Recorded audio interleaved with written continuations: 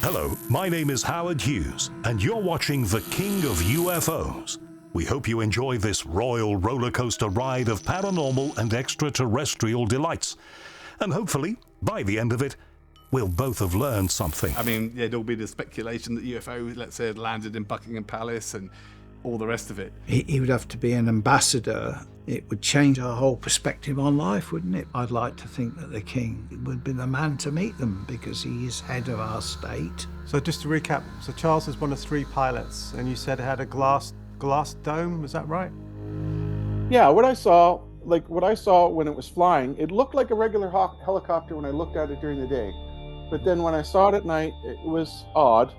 There were dome-like projections around each of the pilots. The British royal family has always managed to capture the public's curiosity. While their lives and duties are often shrouded in secrecy, an intriguing aspect emerges: their interest in UFOs and the paranormal. Join us now on this riveting journey as we explore the British royal family's unique fascination with the unknown.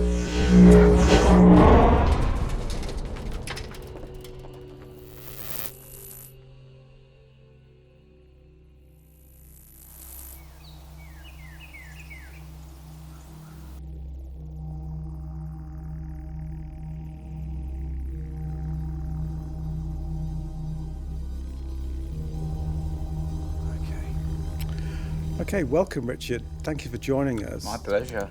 I'm just really interested to get your thoughts on the British royal family and the history of the paranormal. Have the royal family showed an interest? Oh gosh, yeah. Well, you see, the thing is that obviously all of their properties, I would say, are old, ancient. I mean, to quote Longfellow, all houses wherein men have lived and died are haunted houses. So they've got buildings that have got history beyond anything. All of their properties, well, have got ghosts in them. It's as simple as that, and they know it. And yeah, they're into it. I mean, because they've witnessed it. They've seen things, heard things, sensed things. The late Queen, of course. I mean, she saw her namesake, Queen Elizabeth, in the library of Windsor Castle. The King. He's seen the same ghost, Queen Elizabeth. His grandfather, George VI, saw Queen Elizabeth I 8 times in the library before the start of the Second World War. They live with their ghosts, because people do. You see, most people aren't frightened of ghosts when they're in their houses, because they just accept them. There's a rich history, because British history, you know, it's ancient, I guess, and the royal family goes back hundreds of years. And there's a lot of legends and ghosts in these places like Windsor Castle, Sandringham, Balmoral, as sightings of everyone from Henry VIII, King Charles I, King Charles II, Anne Boleyn, Queen Elizabeth I at Hatfield House. We've got so many royal ghosts, and it's part of the British mythology, the culture. It's part of what makes us British, I think, folklore. Well, it's mainly the Victorian times when the paranormal became prevalent in the form of seances and spiritualism. There was a lot of kind of spiritualist leaders, gurus around at the time that were, promoting this, talking with the afterlife, basically, making contact with deceased relatives, etc., which is what Queen Victoria was doing when she was interested in seances. She wanted to contact her recently departed husband, Prince Albert. And so there was this big fashion, I guess, at the time for all things paranormal, spiritual. We had the likes of famous authors like Conan Doyle, who wrote the Sherlock Holmes books. He was promoting it as well. Yeah. He was taking it from a scientific point of view, that there was something there.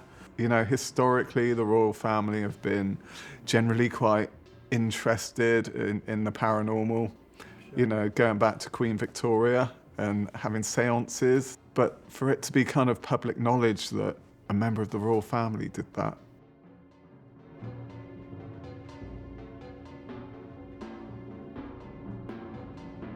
I just wanted to get your thoughts on the British royal family's interest in the paranormal? Well, I think it goes back many years. I'm gonna go back to the 1950s because I know a little bit about that few contacts I made a couple of years ago through Psychic News magazine. In the 1950s, there's a famous trance medium called Lillian Bailey, and she visited Lionel Logue, who was King George VI's speech therapist, and she received messages which were then passed on to the then king. After George's death, Lillian received a request to give a private séance at a house in Kensington, which I think was in 1953, as far as I can remember. She was blindfolded and taken by a limousine to this residence, and as usual, she went into trance and allowed her spirit guide to come through. It was a guy called Bill Watton. At the end of the séance, the blindfold was obviously taken off, and she found, to her surprise, that sitting there was the Queen Mother, the Queen, Prince Philip, Princess Margaret, Princess Alexandria, and the Duke of Kent, all sitting in the séance circle. But I do know there's a long association with various royal families and spiritualism and the paranormal. That's a long-running strand through most of the royal family, even to this day with Prince Charles. But I think a lot of it's kept very secret. And what about William, the next generation? He's had his own kind of paranormal experiences in his house in Sandringham. We know his mother was interested in the paranormal. And interestingly, so the house that he's in Sandringham is supposed to be haunted by a Catholic priest. And his comment about it was, I'm not bothered. As we enter the modern era, the British royal family's interest in UFOs and the paranormal continues to captivate conspiracy theorists and people who are fascinated by the unknown. Prince Albert was probably the first member of the royal family, as Queen Victoria's consort and husband, that had a UFO experience before there were UFOs as in modern folklore. I think it was 1875 or 1876, he wrote an entry in his journal saying that he saw strange dazzling lights in the sky, like orbs flying past, and he couldn't describe them. We would probably describe it now in modern terms as a UFO. At the time, he could, that word didn't exist, so we're just kind of putting a modern interpretation on it now. It was unexplained. It was powerful enough for him to make an entry in his journal. So there's definitely something to it there. So that was the basis of, modern royal ufology, I guess. And that kind of led on to the next person, which was Lord Mountbatten, who was uncle to Prince Philip. And Mountbatten had this passion for UFOs. And his biographer, Philip Ziegler, mentions that he had this fantastic passion. He thought that UFOs were from Jupiter or Venus, and he elaborated on the fact that he thought they were living craft. They thought there was definitely a non-physical element to these UFOs, which is, this is back in the 1940s, 50s, which is quite radical at the time. But now we got recent whistleblowers in the US Navy. David Grouch has come forward, and he said there's this non-physical paranormal element to UFOs. So there is definitely something there. The royal family has been interested in UFOs for decades, but this was always a matter of extreme sensitivity, because in some ways it was counter to the government's public position on this, or if not directly counter to it, certainly difficult to gel with it. And what I mean by that is that the Ministry of Defence, which is the lead department for UAP in the UK government, their public line was always that UFOs were of no defence significance or limited defence significance. So to have a situation where the royal family were almost arguably denying that line by taking it seriously was awkward, to say the least. Prince Philip was very much at the forefront of royal interest in this, though arguably he was introduced to the subject by Earl Mountbatten, his uncle. This is a fabulous resource, the Great British UFO Learning Centre. Invaluable documents going way back to the 50s. And I see there's lots of pictures of Prince Philip, Lord Mountbatten. So there seems to be a real interest from the royal family in UFOs. Does that start with Lord Louis Mountbatten, you think? Well, it did for me, because I met Lord Louis Mountbatten back in the 70s. My ex-father-in-law, Chief Petty Officer Ted West, was aboard HMS Kelly, which was actually sunk in 1941, and his skipper was Lord Louis Mountbatten. For many years they had a reunion, and I do know that my ex-father-in-law went there. So, you know, I'm proud of my association with Ted and HMS Kelly. You're obviously aware that there was the incident at Lord Louis Mountbatten's house when somebody called Briggs witnessed a UFO there. At Mountbatten, of course, famously in the 50s, had actually had a report of a UFO landing at his estate, Broadlands, and he had personally investigated this and was impressed by the credibility of the witness, who was one of his own employees, of course. So he was someone known to Mountbatten.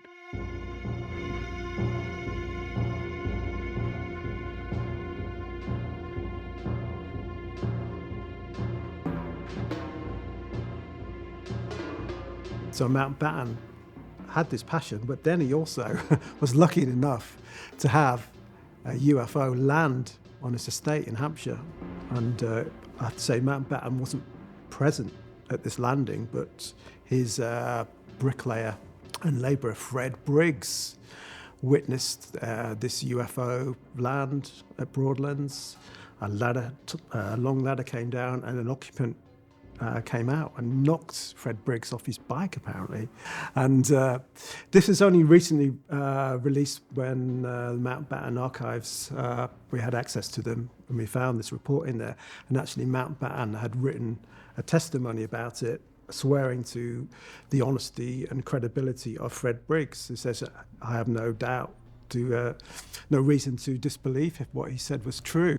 So that's a fascinating encounter by a member of the royal family. And Mountbatten, you have to realise, was a big influence on Prince Philip. And through Mountbatten's interest, yes, the Prince Philip, the Duke of Edinburgh, became involved. And this was, of course, particularly awkward, because as the spouse of the reigning monarch at the time, and somebody who was perhaps unfairly, but however you view this, was at the center of a number of so-called gaffes. This was a potential scandal, but he handled his interest, I think, very carefully and intelligently. He was always careful to put a little bit of clear blue water between this subject and him. So, for example, when he looked into this, he did so using one of his royal equerries as an intermediary, and that was Sir Peter Horsley. Even this equerry had a meeting with in a Chelsea flat with some person or entity called Janus. Okay, and this Janus said, basically said he was an extraterrestrial here to save us. We were basically destroying the earth, and he wanted to speak to Prince Philip, arrange a meetings so that they could discuss these issues. The thing is, what we think now is possibly Janus might not have been an extraterrestrial, might have just been a Russian spy. So the meeting never happened. It could have happened. It's a very, very strange encounter, and it's all documented in Sir Peter Horsley's autobiography. And so, when the Duke of Edinburgh said, for example, I want to hear about this George Adamski character, he was advised by his royal equerry, look, don't meet him personally. This will leak, and it will cause quite a scandal. So do it through the intermediary, and that's what happened. And Sir Peter Horsley went out and interviewed UFO witnesses and quizzed them, often with questions which had been put directly by Prince Philip. But he had a large collection of UFO books. He subscribed to Flying Saucer Review and a number of other publications. All this, again, was done very carefully so that you didn't take out a subscription and say, please send to Buckingham Palace. So a series of cutouts were used, not dissimilar to the way in which, when I was on the UFO program, we subscribed to various UFO magazines, and we used a post office box. Prince Philip had this passion, had this knowledge. Maybe it was a bit politically embarrassing, which is why he kind of kept it a little bit secret. And you have to realize Prince Philip's archives are not going to be open now for another 90 years. So we're not going to know really the truth about, what he actually believed. And I'd be interested to know, of course, what's happened to his collection. And what we don't know, perhaps one of the big unanswered questions, is to what extent King Charles III has inherited any of the documents, the files, the books, the magazines, and most of all, perhaps, the interest. Flipping the thing on its head about the royal family, it might not be that their interest in the paranormal is based on just a normal interest. Maybe it's based on knowledge. So their interest is based on factual knowledge that they've been able to get access to that we don't. Maybe they're interested because it's they know more about it and they want to find out more. They know the truth. We seem to have this stream coming down from the royals, from Lord Mountbatten, then to Prince Philip. Do you think this has now been passed on to King Charles, this interest? Well, I would imagine so. You yourself have just looked on the computer there, a newspaper cutting. Was that about 74 or something? But the newspaper printed an article about a meeting at the palace to discuss all manner of things. Uri Geller went there, I think, according to that. Why not? We know that Prince Charles is, so interested, to the fact that he's attended like UFO conferences, 2008, 2009. He even spoke at a UFO conference in 2009. I suppose the problem is, if you can look at UFOs, you can look at the paranormal, and you can adopt a jocular attitude towards them, as indeed quite a lot of UFO enthusiasts have done over the years. That's fine, but when you tip over the border or you tip over the line and you think, my God, these things are dangerous, these things we know very little about. We're all interested in UFOs, but to go and speak, especially as someone so high profile, you've got a lot to lose, haven't you? You're going to make yourself potentially look a bit kind of idiotic or yeah. So why would you do that unless you were convinced that there was something happening? Yeah, there's this fascinating story that Prince Charles flew a prototype UFO in Canada in 1976. And I have to say, it probably wasn't extraterrestrial. It was based on an Avro car, so it was a saucer-shaped craft with dual rotor blades. But the funny thing is, it had some strange magnetic propulsion system, which was unknown, still is unknown, but it was observed by Dan Costello, which gives a description that it emitted a blue ionic flame, and it was controlled magnetically by a larger craft behind it. So it's all very bizarre, but it just points to the fact that, maybe UFOs are not necessarily extraterrestrial. And maybe it is some exotic, as yet unknown technology that either the US government's developing or Chinese, Russians, who knows. But it could be something more earthly, but something that's not been released to the public. So I think that's an interesting angle.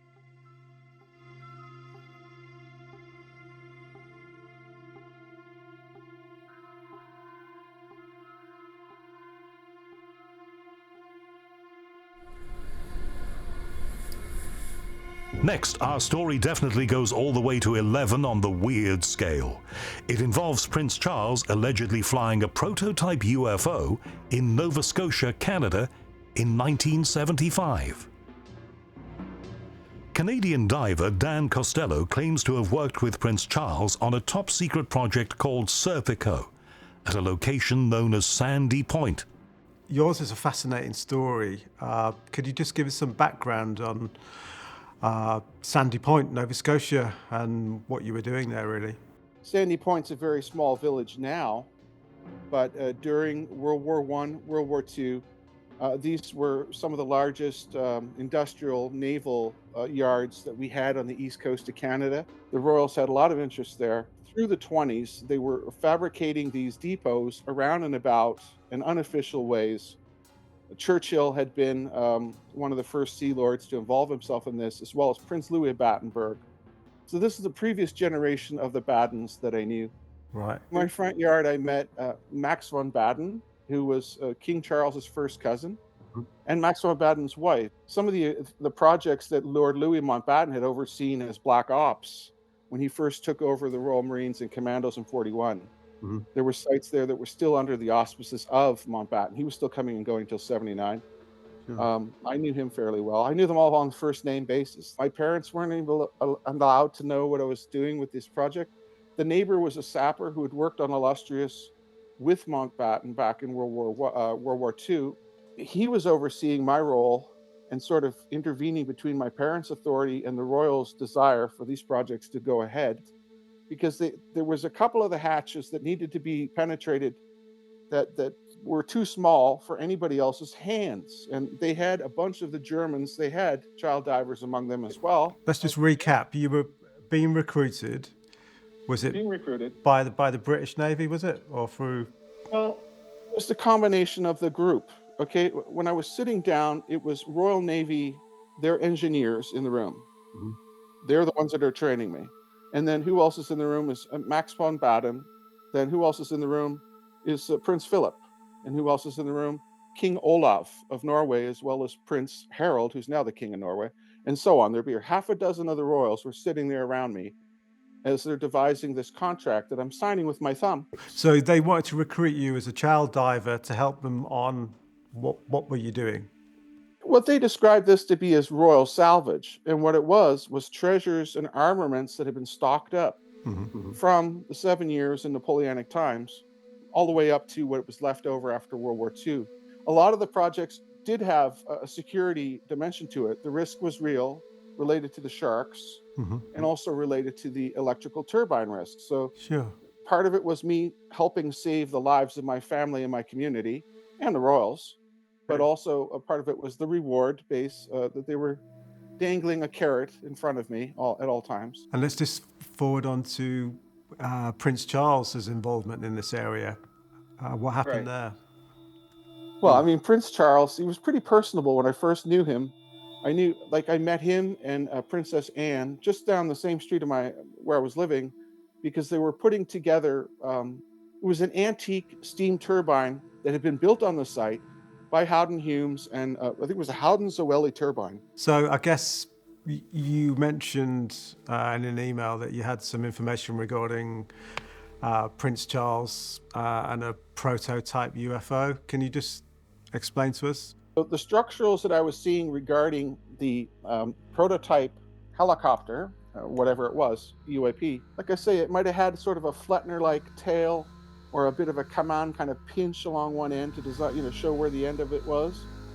I don't remember seeing like a tail rotor at all. It looked like a helicopter when looking up at it, but it was silent. There was no sound coming out of the thing. And I'd seen Charles come and go there with like commercial rotary craft, regular helicopters. So like I already knew helicopters make a specific sound. I just thought that was quite odd. That was kind of scary to me. I ran away. I didn't know that was the actual craft. They had it out and around that sunset that afternoon. And you say Charles is one of 3 pilots, is that right? Yeah, they were short of engineers, and I think Charles and his engineering crew had been back and forth for some missions to those sections already. They knew the circumstances and the events, the risks, and they had the training, and they were familiar with the craft. What I saw when it was flying, it looked like a regular helicopter when I looked at it during the day. But then when I saw it at night, it was odd. There were dome-like projections around each of the pilots. And as I'd recalled, there was an armored bodysuit that may have been an anti-electrical protection device for the pilots. And I helped test this as a diver, and I didn't know that's what I was doing. I thought I was testing it for my own safety. We needed it, but they also needed this. You said it was silence, and you said there's some sort of strange electromagnetic. Yeah. I didn't notice this when I saw it during the day, but when I saw it coming up and around the house, I didn't distinguish that it had this until that night. And I'm looking at it, and there was a hole in the bottom of the structure of the craft. There was something projecting out of there that was blue, and it was turning the surfaces where it was interacting with the surface along that section into molten blue elements of the soil. Like it looked like it was turning things into glass. Wow. And liquefying things sort of in my view. It was sort of shocking, obviously. The sound that was coming from that was sort of like a crackling, humming, crackling, roaring, and then it would gust its way around the clearing, and it was clearing the path for the larger flight craft that was coming behind it. I didn't realize that that's what they were doing at the time. Sure.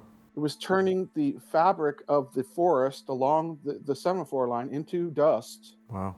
And without flame, turning the branches of the trees into black carbon falling onto their surface. I never saw anything like it before or since.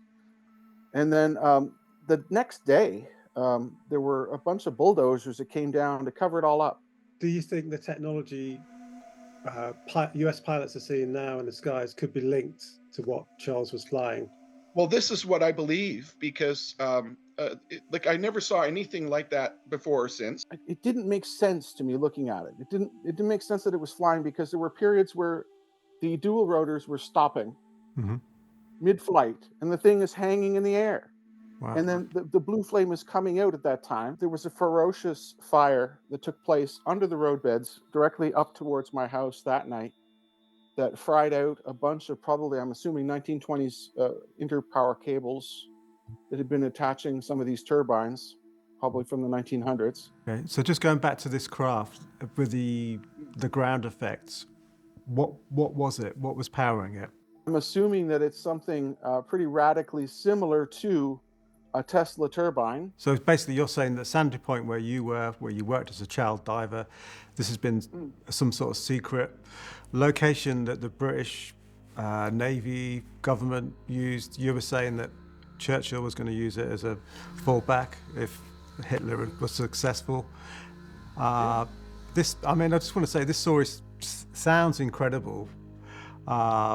What proof do you have? I mean, if you come under Sandy Point Road at Venres, you'll find some of the concrete caissons would still be there, or the roadbed wouldn't be there. These sections were designed, some of them, the size of aircraft carrier cargo holds, and they went along the roadbeds. Some of them were rail line fitted, and they fitted, in 1980, they shut the rail line out, but that would all still be down there. Those sections, I've checked to some of the locals who still live in the area. They tell me a lot of those tunnels are still down there. You know, they could have evolved, a plasma turbine technology that no one else did. And it could have been something from Tesla's day.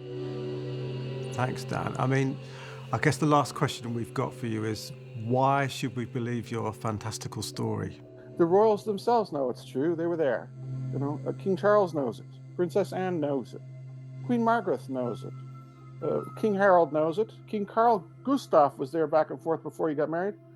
I just happened to be in that particular location by God's will.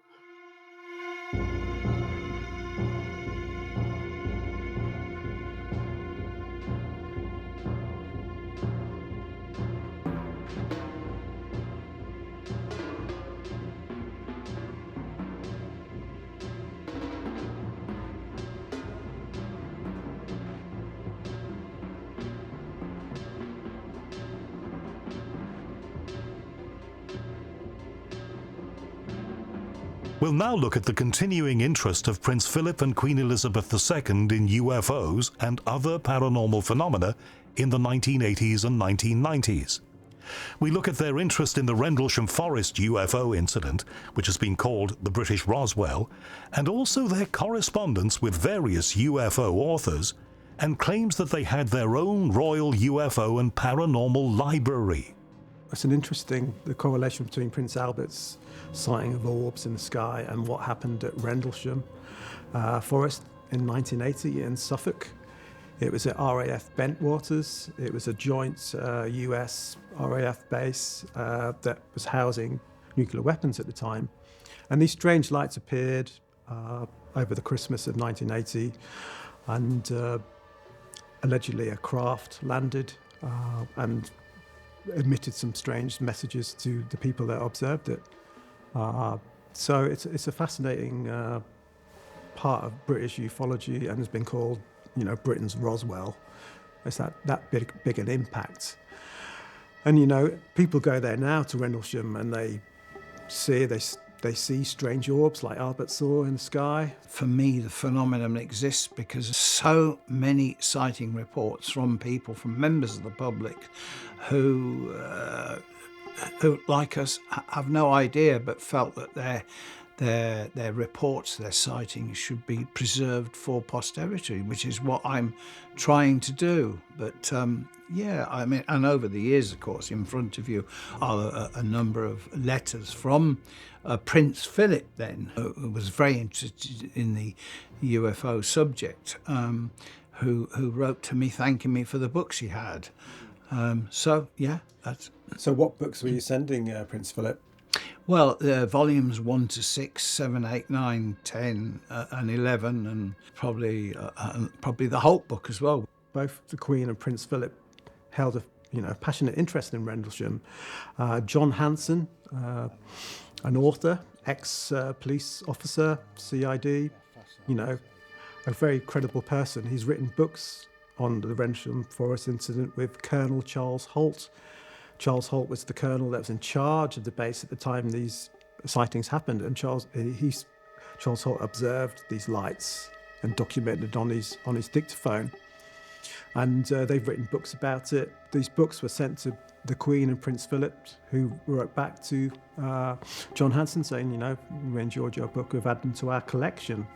So they've definitely got an interest in Rendlesham. Why? Your correspondence between with Prince Philip and the Queen regarding the Holt perspective, this was about the Rendlesham UFO incident. Could you just give us a bit of info about what Rendlesham was? Rendlesham, it's such, as you've seen yourself, we have vast files on Rendlesham, but to put it simply, it was a series of UFO sightings, unexplained, that took place in Rendlesham Forest at the end of December 1980, witnessed by a number of airmen. I've interviewed nearly all of them over the years, but for me, it's what Colonel Holt saw, who's a personal friend, and he witnessed these lights appearing over the forest. We have the famous memo from Colonel Holt, which was released some time after. I remember speaking to somebody in one of the national newspapers, and he said, "The trouble is, John, we can't offer anything serious because it would alarm people." I think they are open to the paranormal and the fact that UFOs exist. However, they have to be careful because they are heads of state, heads of the church. So there's only so much they can state publicly. I'm sure there's a lot that goes on behind closed doors that we're never going to know. For instance, Prince Philip's own archives, we're not going to get access to those for another 90 years. What's in those? The Lord Hill Norton report in the 70s, where the British government set this report up to look into UFOs and reality, and Lord Hill Norton basically gave this report to members of the establishment, head of the MOD, army, etc., the church, Prince Philip, and basically stated that UFOs were demonic in origin. And Lord Hill Norton was increasingly getting involved in this subject. For example, asking questions in Parliament, lobbying defense ministers to do more. He fell under the influence of a maverick priest called Paul Inglesby, who very much did buy into this idea that UFOs were demonic. And that was a very unfortunate turn of events, because I had briefed Lord Hill Norton, and just as I was, I guess, engaging and helping to move things forward, and we had Lord Hill Norton as a powerful figure in all of this, along came Paul Inglesby, inserting his bizarre religious views about demons and UFOs into the conversation. They warn them for investigating further. Don't investigate these things further. They are demonic, not to be touched. Stay away. And that was the message that was sent to Prince Philip. So has that been handed down to Charles, William? I don't know. Like the lads here want to ask, and like probably King Charles wants to ask, is what are these things? Where are they from? Do they have an agenda? Are they in fact intelligent or not? Or what? I just don't know. There's so many different explanations, aren't there? But nobody can prove them.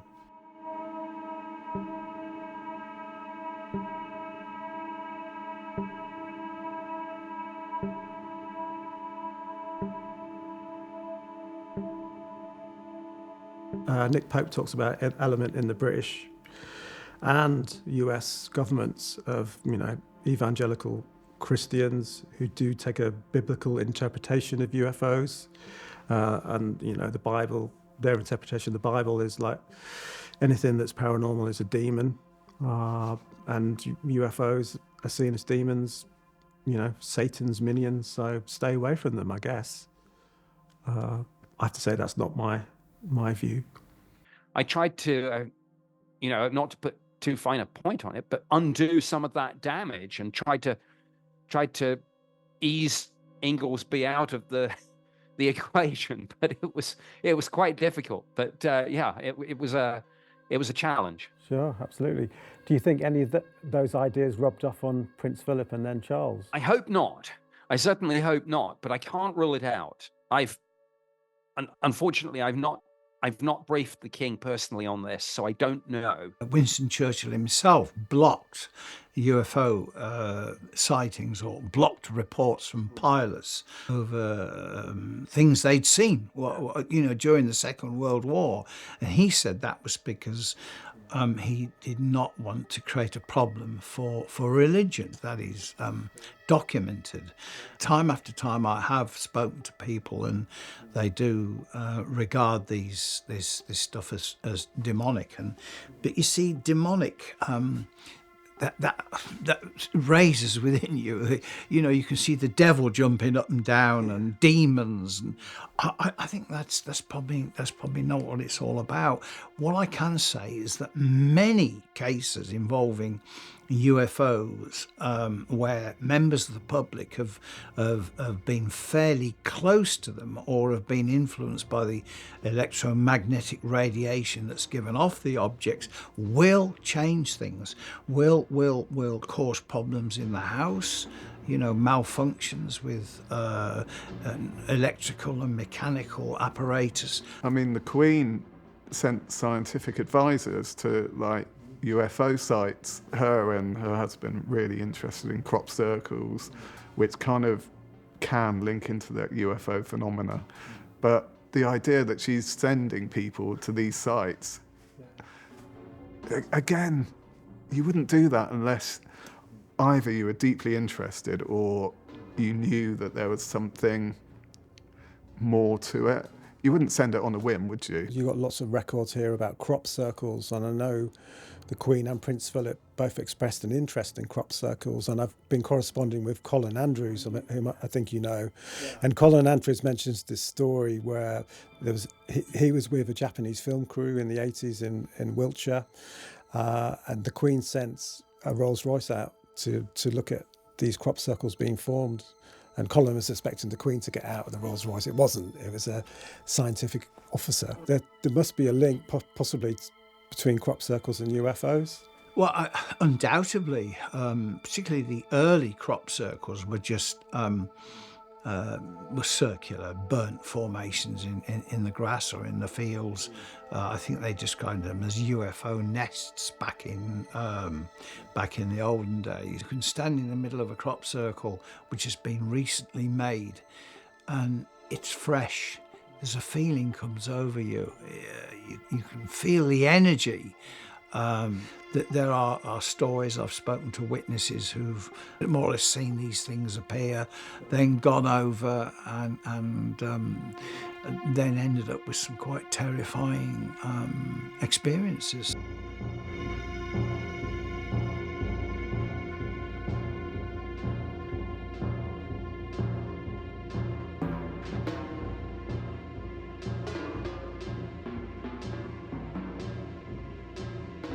When humans have interacted with so-called aliens, the aliens have always been bringing this message that we need to save you. The planet's doomed unless you change your ways. There's always been that apocalyptic message, and maybe the aliens are here to help us. So I guess maybe that's it. Maybe I know Charles cares passionately about the environment and what we're doing to the planet.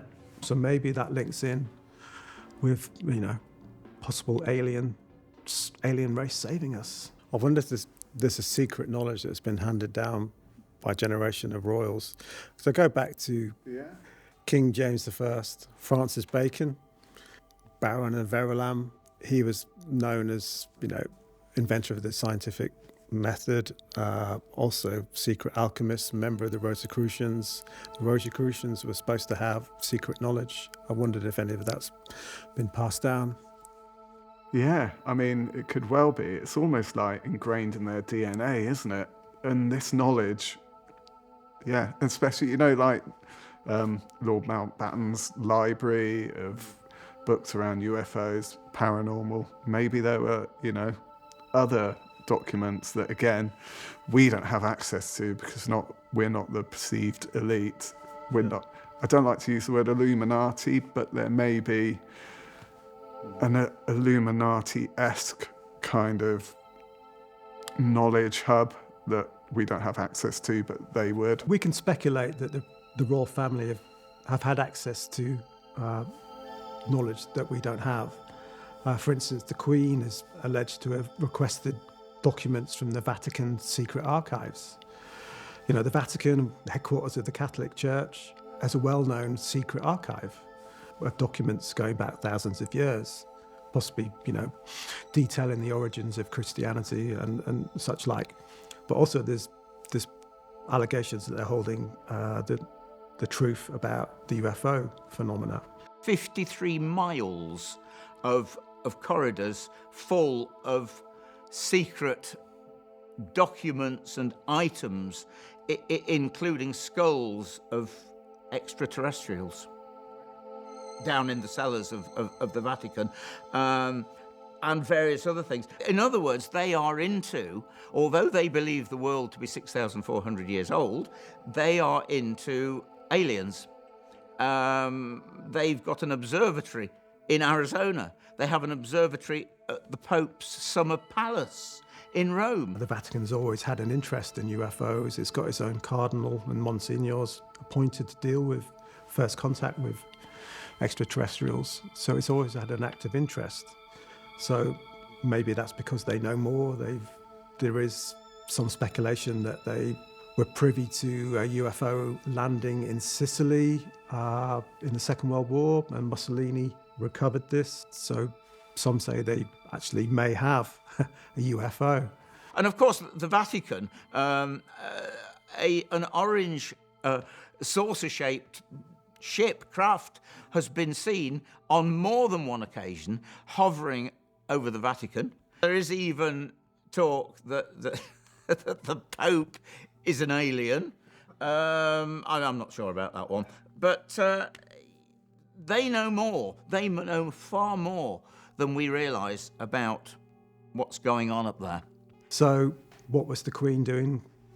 Requesting documents? Was it relating to UFOs? I mean, it's speculation, I guess, but she was requesting access to something, which leads me on to the fact that maybe our own royal family have got their own secret archives at Windsor Castle. There is, millions of documents there going back hundreds of years.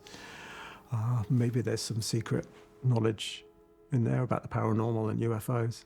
Well, I believe that's it. She is obviously a believer, as so many of us are, because my take on this is, are we really so self-centered and bigoted as to believe that we are the only planet in the universe and beyond infinity?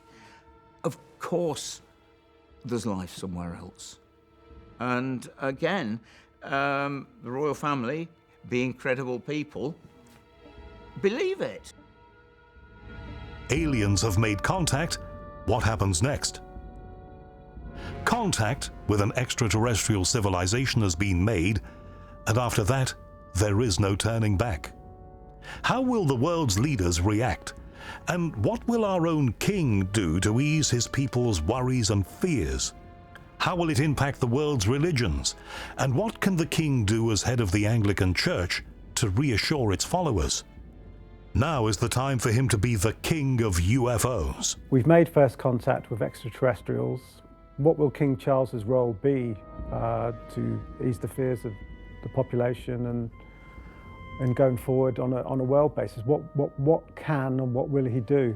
That's a very interesting and an important question, and I think you've touched on something really fascinating here, because one of the things that's emerged in the United States in the current discussions that are being had is how apolitical this is, which is as it should be. This is not a partisan issue. We actually have in the US Republicans and Democrats alike, and in these divided days, it's quite refreshing to see this being handled on a non-partisan basis. This question is very interesting because this is exactly where the monarch might serve a very important function in, for example, an address to the nation from the king would, I think, be something that everyone would want to see. I would imagine there's a security approach to things and all this. And so, of course, the king would never operate independently, when we'd like to think that he just sort of went and shook hands with the aliens or whatever. But there would obviously be massive amounts of kind of protocol and information and advisors and all the rest of it, leading to what I would imagine would be some kind of public expression of something. But there's no way on earth that the king would just stand up and make a speech at that point. You'd imagine that actually the whole thing would be couched in quite serious discussions and with various political bodies. So if what you're exploring is ultimately ending up with some kind of public expression of what's happened, I guess that's what you're asking, rather than the intricacies of what might have taken place in Buckingham Palace Gardens on that date. But that's another question. Obviously, there will be statements from political leaders, but to stress the non-partisan nature of this and to bring people across the divide, whatever their politics, together, an address to the nation from the king is, I think, essential. And much as we have the Christmas broadcast or the King's speech, say, to Parliament now, we would need an address to the nation from King Charles. And it would be, obviously, there are so many variables in the scenario, it's very difficult to say for sure, but you would hope that this would be the mechanism by which the establishment would send out a message of reassurance to people, a message of hope, a message not to panic, and any instructions and requests that the government feels it would be helpful to do. Now, the government, of course, would probably draft this speech, but ultimately, I'm sure someone like King Charles would put his own stamp on this, and it's a very good way to get a non-political input. The king would presumably make some kind of statement. I mean, it's fascinating to imagine. Would there be a live interview with the alien? I guess the question would be, what are they here for, and what's Charles going to respond to? would Charles be responding to a national or international crisis of a security nightmare, as in a war or something along those lines? Or is he responding to something that's anomalous and we don't know and we're hedging our bets? Or is he going to be responding to something that has a more positive suggestion? I just hope they never land. I really do. But I'm sure if they did, I'd be honoured. I'd be pleased that the king would play a part in this, because he should do. Clearly, there are religious and theological implications to first contact, however that unfolds. And absolutely, King Charles's position as head of the Anglican Church would be important, as would the fact that the king has previously tried to speak out about the importance of a multi-faith approach in the modern UK. So actually, I think his role would go wider than just the Anglican Church, and he would be one of a number of leading figures worldwide whose words on the religious implications would be important and people would listen to, not just Christians, but right across the range of faiths, and of course addressing those who don't have any faith and are atheists. It's important that the king speaks for everyone.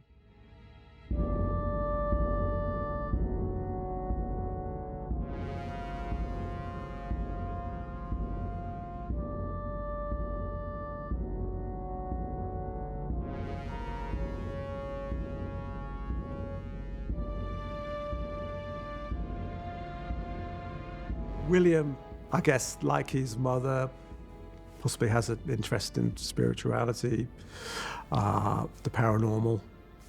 Will he take that on board as his role as future king? We're not aware of him having any UFO experiences, but we talked about him having a ghost in his house in Sandringham. So who knows? But whoever is king is going to have an important role to play on the world stage, with disclosure being imminent that we are not alone. Of course, King Charles, there's no doubt he's into ghosts. I know that for a fact. I know he's seen the ghost of Queen Elizabeth in the library at Windsor. Dumfries' house, the present Queen, refused to go to that house while it was being renovated, because she said there was definitely a ghost in that building. And so, as regards the king, I would imagine that if he knows more about aliens and ghosts, then I think he should disclose to the nation what he knows, because he certainly discloses lots of other things to the nation, and I think that's wonderful. Yes, I think he should. I hope he will. Should we have first contacts with extraterrestrials or whatever they may be? What role do you think King Charles would play? Wow, that's the $24,000 question, isn't it? I think King Charles is a very open-minded man. I think he's a very compassionate man, and he's a very sensitive man. And I think he'll be very open to it, because I believe now he's defender of the faiths, isn't he? Not the faith. The faiths. I suspect he would know anyway, to some degree, what the true situation is, as does the Pope and the people that matter around the world, the leaders. I think it's just a combination of things. I think from if you bring the sort of the church point of view, as head of the Church of England, stuff like this, I think the sort of the Vatican would sort of say, well, we're all God's creatures, regardless. So whatever they may look like or appear to us, that doesn't disprove a God. It disproves just a creative source that has perhaps got many, many different mansions, and we're just one infinite, minute little bit of it.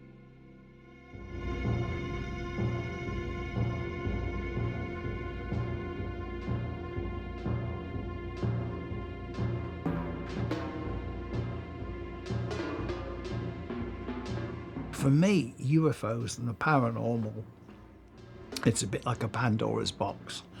If you and I could just lift the lid up slowly and look inside, we'd be shocked. If we took the lid off and looked inside, we'd never be the same again.